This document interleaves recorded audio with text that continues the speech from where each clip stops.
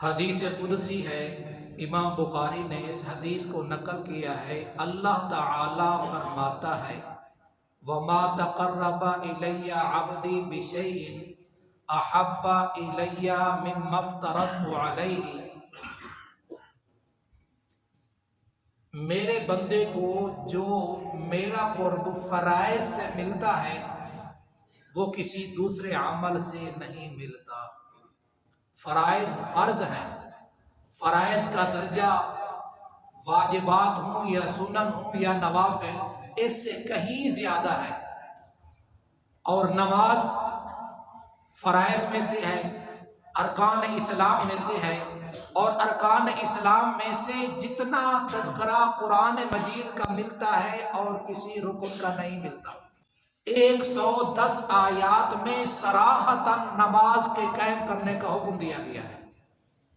700 سے زائد آیات ہیں جس میں اہمیت نماز کا تذکرہ اور اشارہ ملتا ہے، اشارے ملتے ہیں۔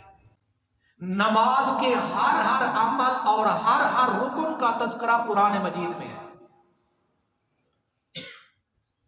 اللہ تبارک و تعالیٰ کے جتنے اور احکام ہیں وہ جبرائیل علیہ السلام کے ذریعے نبی صلی اللہ علیہ وسلم کی طرف دنیا میں بھیجے گئے۔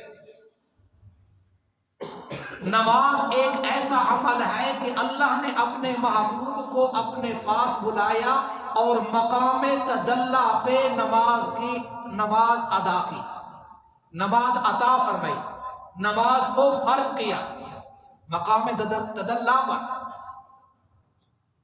تو نماز اللہ کے قرب کا، فرائض نماز اللہ کے قرب کا سب سے بڑا ذریعہ ہے۔ جب نماز فرض ہے اور نماز کے اندر جو فرائض ہیں وہ بھی فرض ہیں، جاننا بھی، وگرنہ گزشتہ درس میں میں نے بتایا تھا، آج جمعہ میں بھی تفصیلی گفتگو کی ہے، لیکن صرف اتنا ہے اشارہ۔ امام بخاری نے اس روایت کو نقل کیا ہے، نبی صلی اللہ علیہ وسلم کے سامنے ایک آدمی نے نماز پڑھی، آپ صلی اللہ علیہ وسلم نے فرمایا جا تو دوبارہ نماز پڑھ، تم نے نماز نہیں پڑھی۔ وہ کیا تھا؟ یہ نماز کے جو فرائض ہیں، قیام ہے، رکوع ہے، سجود ہیں، ان کو اہتمام کے ساتھ ادا کریں گے، خشوع خضوع کے ساتھ ادا کریں گے تو یہ نماز ہماری جاندار بنے گی اور پھر زندگی ہماری شاندار بنے گی۔ کہتے ہیں نا، نماز جاندار، زندگی شاندار۔ تو نماز کے جو فرائض ہیں، جن فرائض کا تذکرہ کیا ہے پہلے، ان کو یاد بھی کرنا ہے، جاننا بھی ہے، اور اس کی ادائیگی میں خصوصی اہتمام کرنا ہے۔ علامہ ابن قیم رحمۃ اللہ علیہ نے زاد المعاد میں لکھا ہے، نماز روزی کو کھینچنے والی ہے۔ یہ نماز روزی کو کھینچنے والی ہے، نماز محافظت، حفاظت کا ذریعہ ہے، نماز بیماریوں کو دور کرنے والی ہے۔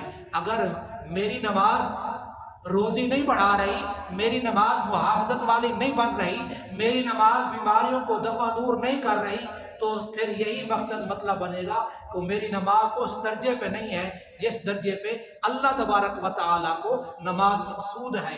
اللہ تبارک و تعالیٰ ہم سب کو کامل طور پر نماز کی ادائیگی کی توفیق عطا فرمائے۔